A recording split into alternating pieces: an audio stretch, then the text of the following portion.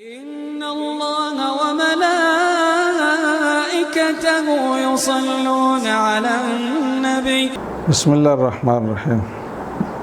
ناظرین، مالیاتی فقہ کے دروس کے سلسلے کا یہ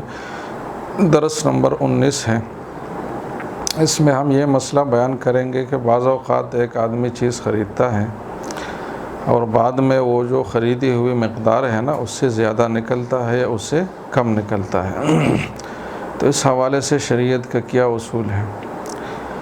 تو اس حوالے سے پہلی بات تو یہ ہے کہ جب چیز جو ہے ایک اندازے اور تخمینے سے فروخت کی جائے، مثلا ایک ٹرک کھڑا ہے اور اس میں چینی ہے یا مثلا خربوزے ہیں، اور ایک آدمی دوسرے کو پورا ٹرک بیچتا ہے،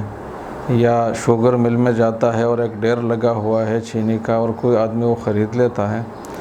تو ایسی صورت میں تو اس چیز کی جو بھی مقدار ہوگی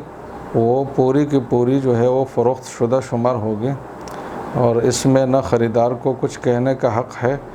اور نہ ہی بیچنے والے کو۔ تو یہ تو تخمینہ اور جو ایگریگیٹ بیس پر بیچنا ہے، یہ اس کی صورت ہے۔ البتہ اگر ایک چیز تخمینہ کے طور پر نہیں بلکہ ایک مخصوص مقدار میں خریدی اور فروخت کی جائے، مثلا چینی لی ہے تو مثلا 100 کلو کے نام سے اور حساب سے خریدی اور بیچی جائے، یا کوئی بھی چیز لی ہے اور ایک خاص تعداد بتا کر وہ چیز خریدی جائے، اور بعد میں جو اس کی حقیقی مقدار نکلے تو وہ اس مقدار سے مختلف ہو جو معاملے کے وقت طے شدہ مقدار ہو، تو پھر ایسی صورت میں کچھ تفصیل ہے، اور وہ تفصیل یہ ہے کہ جو چیز فروخت کی گئی ہے اگر وہ ایسی چیز ہے کہ اس کے حصے کرنے سے اور اس کو مختلف ٹکڑوں میں تقسیم کرنے سے اس کی جو منفعت ہے، اس کے جو مقاصد ہے، استعمال کے جو فوائد ہے، اس پہ کوئی فرق نہ پڑتا ہو۔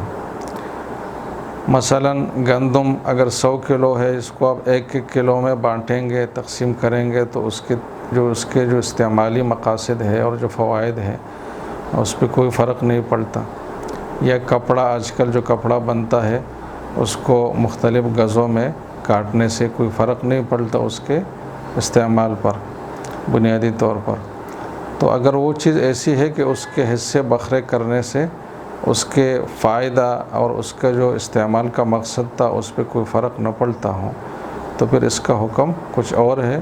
اور اگر ایسا نہیں ہے تو پھر کچھ اور ہے۔ تو اگر چیز اس پہلی کیٹیگری کا ہے، اور اس کی ایک علامت یہ بھی ہے کہ اس علاقے کے عرف میں اس چیز کی جو مجموعی قیمت ہے وہ اس کے اجزاء پر برابر تقسیم ہوتی ہو، کیونکہ جس چیز میں ٹکڑے کرنے سے کوئی نقصان نہیں ہوتا تو اس میں پھر ہر اکائی کی قیمت بھی برابر ہوتی ہے۔ جیسے کہ اگر 100 کلو گندم کی قیمت 1000 روپے ہے تو برابر جو ہے نا وہ قیمت تقسیم ہوگی۔ تو یہ دونوں باتیں جو ہے نا جڑی ہوئی ہے کہ جس چیز کے تقسیم سے کوئی فرق نہ پڑتا ہو اور اس کی قیمت، اکائیوں کی قیمت بھی برابر ہو، تو پہلی نوعیت کی چیز یہ ہے۔ تو اگر وہ چیز ایسی ہے تو اس کا اصول واضح ہے، اور وہ یہ ہے کہ اس صورت میں جتنی مقدار کم و بیش ہوگی تو اس پہ معاملہ سمجھا جائے گا۔ جتنی مقدار کم ہوگی اتنی مقدار کم کی جائے گی قیمت میں سے، اور جتنی مقدار زیادہ ہوگی تو اتنی مقدار پھر زیادہ کی جائے گی قیمت میں۔ مثلا اگر گندم 100 کلو کا طے ہوا ہے کہ مثلا 10,000 روپے ہے، 100 روپے پر کلو ہے، تو اگر 100 کلو اس میں زیادہ ہے تو اس حساب سے 1000 روپے اس کی قیمت بڑھے گی، اور اگر 100 کلو کم ہے تو اس حساب سے اس کی قیمت بھی کم ہوگی۔ البتہ اضافہ ہونے کی صورت میں اتنی بات ہوگی کہ خریدار کی مرضی ظاہر ہے کہ اس میں دیکھی جائے گی کہ خریدار اس اضافی مقدار لینے کے لیے تیار ہے یا نہیں ہے۔ اس طرح کمی کی صورت میں بھی خریدار کو اختیار ہوگا کہ وہ لینا چاہتا ہے یا نہیں لینا چاہتا، اس لیے کہ ہو سکتا ہے کہ اس کو بڑی مقدار بیک وقت چاہیے، تو اس کو جب پوری مقدار نہیں مل رہی تو اس پر لازم نہیں ہے کہ یہ جو کم مقدار ہے یہ ضرور خرید لے وہ کم قیمت میں، بلکہ اس کو اختیار ہوگا کہ وہ لیتا ہے یا نہیں لیتا۔ تو ایک صورت تو یہ ہے۔ دوسری صورت یہ ہے کہ وہ چیز ایسی ہو جس کے مختلف حصے کرنے سے اس کی جو سابقہ منفعت اور افادیت ہے وہ باقی نہ رہتی ہو۔ اس کو آپ ایک آسان مثال سے سمجھ سکتے ہیں۔ مثلا چاندی کا ایک برتن ہے اور وہ مثلا 100 تولے کا ہے، تو اس کو اگر آپ ٹکڑوں میں کریں گے تو ظاہر ہے وہ چاندی کے برتن کی جو کیفیت تھی وہ اس کی باقی نہیں رہے گی۔ تو یہ ایسی چیز ہے جس کو تبعیض اور حصے کرنا یہ نقصان دیتا ہے، اور جب نقصان دیتا ہے تو اس چیز کی قیمت بھی اس کے اجزاء پر برابر تقسیم نہیں ہوتی۔ مثلا یہ ضروری نہیں ہے کہ اگر 100 تولے کا ایک برتن ہے چاندی کا اور وہ 1,00,000 روپے کا ہے، تو اس میں اگر 10 تولے بڑھ جائے تو اس میں قیمت بھی اتنی ہی بڑھے جتنے کہ کیلکولیٹر کے حساب سے 10 تولے کی قیمت نکلتی ہے، بلکہ وہ قیمت بہت زیادہ کم و بیش ہوتی ہے۔ آپ نے بازار سے اگر ایک ٹوپی خریدنی ہے تو وہ ٹوپی اگر 54 نمبر کی ہے تو اس کی قیمت مثلا 200 روپے کی ہے، لیکن اگر وہ 56 نمبر کی ہے تو اس کی قیمت 300 روپے ہوگی۔ ایسا نہیں ہوگا کہ 2 نمبر بڑھنے سے اس کی قیمت اتنی ہی بڑھے گی جتنے کہ تقسیم کرنے سے بڑھتا ہے۔ تو یہ اس کی علامت ہے کہ اس کی جو قیمت ہے اس کے اجزاء پر برابر تقسیم نہیں ہوتی۔ تو اگر ایک چیز ایسی ہے جس پہ قیمت برابر تقسیم نہیں ہوتی اور اس کے جو اجزاء ہے اس کو تقسیم کرنے سے اس چیز کی افادیت بھی ختم ہو جاتی ہو یا بہت شدید متاثر ہوتی ہو، تو اس میں پھر اصول یہ ہے کہ اگر معاملہ کرتے وقت ہر اکائی کی الگ الگ قیمت بتائی گئی ہو۔ مثلا ایک برتن میں آپ کو بیچتا ہو چاندی کی اور میں کہتا ہوں کہ یہ چاندی کا برتن ہے جو 100 تولہ کا ہے اور پر تولہ میں آپ سے 1000 روپے لوں گا، تو اس طریقے سے معاملہ ہو۔ تو اس صورت کا حکم بھی وہی ہے جو پچھلی صورت کا ہے کہ جتنے تولے اس میں بڑھیں گے تو قیمت بھی اتنی ہی بڑھے گی، اور جتنے کم ہوں گے تو قیمت بھی اسی حساب سے کم ہوگی، کیونکہ پر تولہ کے حساب سے قیمت طے ہوئی ہے۔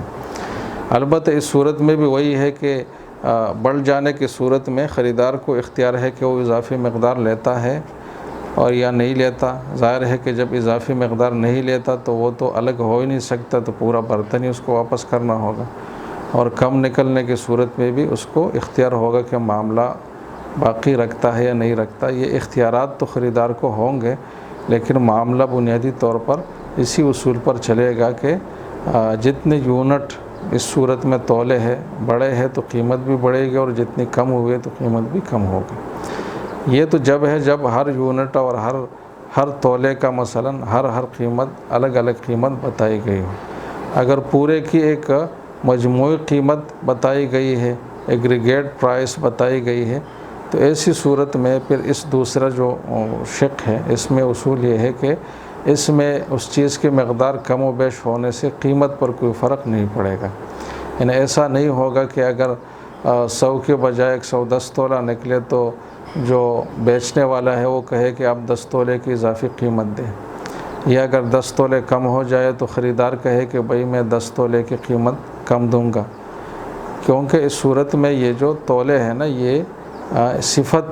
کی طرح ہے، ایک چیز کی صفت کی طرح، اس کو سب جوائنٹ کہتے ہیں، تابع ہے، تو اس کی الگ سے کوئی ویلیو اور قیمت طے نہیں کی جا سکتی۔ البتہ اتنی بات ہے کہ اگر یہ صفت زیادہ ہے تو پھر خریدار کو اختیار نہیں ہے، لیکن اگر کم ہے تو پھر خریدار کو ظاہر ہے نقصان ہو رہا ہے تو اس کو اختیار ہوگا، لیکن وہ اس کی وجہ سے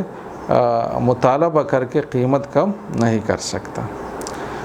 تو یہ تو قانون کی بات ہوئی کہ قانونی لحاظ سے جو بیچنے والا ہے وہ قیمت بڑھا نہیں سکتا، اور جو خریدار ہے اگر چیز کی مقدار کم ہے تو قیمت گھٹا نہیں سکتا، یہ قانون کی بات ہے۔ اگر اس سے ہٹ کر یہ دونوں آپس میں صلح کی ایک صورت کر لے، مثلا اگر تولے کچھ زیادہ نکلے، 100 کے بجائے 110 تولے، اور خریدار از خود کہے کہ میں آپ کو اتنی رقم اضافی دیتا ہوں، تو یہ ایک الگ مسئلہ ہو جائے گا فقہی حوالے سے، جس پہ آگے ہم بات کریں گے کہ قیمت میں اگر خریدار اضافہ کرنا چاہے تو اس کو ایک آزادانہ اختیار ہے، وہ کر سکتا ہے۔ اسی طرح اگر اس کے تولے کم نکلے، مثلا 100 تولے کے بجائے 90 تولے نکلا ہے، تو خریدار کو تو حق نہیں ہے کہ قیمت کی کمی کا مطالبہ کرے، لیکن اگر بیچنے والا از خود اس سے کچھ قیمت کم کر لیتا ہے اپنی طرف سے، تو اس کو حد ثمن کہا جاتا ہے، تو اس میں بھی شرعاً کوئی حرج نہیں ہے۔ تو یہ اس میں ایک ذیلی تفصیل ہے۔ اب اس میں جو ہم نے دونوں جگہ یہ بات کر لی کہ اگر اس چیز کی مقدار کم ہے تو خریدار کو اختیار ہے کہ چاہے چیز لے یا نہ لے۔ یہ اس وقت ہے جب اس چیز میں جو کمی ہے وہ واضح طور پر بالکل نظر نہ آ رہی ہو۔ اس وقت اگر کمی بالکل واضح طور پر نظر آ رہی ہے اور خریدار بھی اس کو دیکھ رہا ہے اور پھر بھی وہ چیز خرید رہا ہے تو پھر خریدار کو اختیار نہیں ہوگا، اس لیے کہ اس کو اختیار لا علمی کی وجہ سے اور جو ضرر کا پہلو تھا کہ اس کو ایک غیر متوقع نقصان ہوگا اس وجہ سے اختیار حاصل ہو رہا تھا۔ تو جب اس کو علم ہے، اس کو پوری بصیرت سے وہ چیز سامنے اس کی موجود ہے اور وہ لے رہا ہے، تو اس صورت میں خریدار کو اختیار نہیں ہوگا اور وہ اس پر لازم ہے کہ وہ اس چیز کی پوری مقدار لے لیں۔ البتہ یہ جو بات ہے یہ بھی جب خریدار نے چیز پہ قبضہ کیا ہو تو پھر اس کو اختیار نہیں ہے کہ اس چیز کو واپس کریں۔ اگر ابھی تک قبضہ ہی نہیں کیا تو اگر خریدار کو علم بھی ہے تب بھی خریدار کو اختیار ہے کہ چاہے تو اس معاملے کو جاری رکھے، چاہے تو اس سے نکل جائے۔ تو اس میں قبضے کرنے پر ہی اصل پوائنٹ ہے کہ اگر اس نے قبضہ کر لیا اور اس کو مقدار کی کمی کا علم بھی ہے، مثلا گندم خرید رہا تھا کہ یہ 100 کلو ہے اور وہ 95 کلو نکلا، اور اس کو عین وقت میں علم بھی تک یہ 95 کلو ہے لیکن نام 100 کلو کا لیا جا رہا ہے، اور پھر بھی وہ کوئی اعتراض نہ کرے تو پھر اس کے اوپر جو ہے نا، اور اس نے قبضے میں بھی گندم لے لی تو پھر اس کے اوپر لازم ہوگا کہ اتنی ہی قیمت ادا کرے جتنے کا معاملہ ہوا تھا، اور وہ یہ اعتراض نہ کر سکے کہ 5 کلو کم ہے۔ لیکن ابھی تک اگر اس نے قبضہ ہی نہیں کیا تو اگرچہ اس کو ایجاب و قبول، آفر اور ایکسیپٹنس کرتے وقت علم بھی ہو کہ اس کی مقدار کم ہے، پھر بھی وہ آفر ایکسیپٹنس کرے تو بھی اس کے اوپر کوئی لازم نہیں ہے کہ وہ چیز قبضے میں لے کم مقدار، بلکہ اس کو معاملے سے نکلنے کا حق ہوگا۔ تو قبضہ ہونے نہ ہونے پر اس کا مدار ہے۔ آج کے درس میں اتنا ہی کافی، باقی اگلے درس میں انشاءاللہ تعالی۔ والسلام علیکم ورحمۃ اللہ۔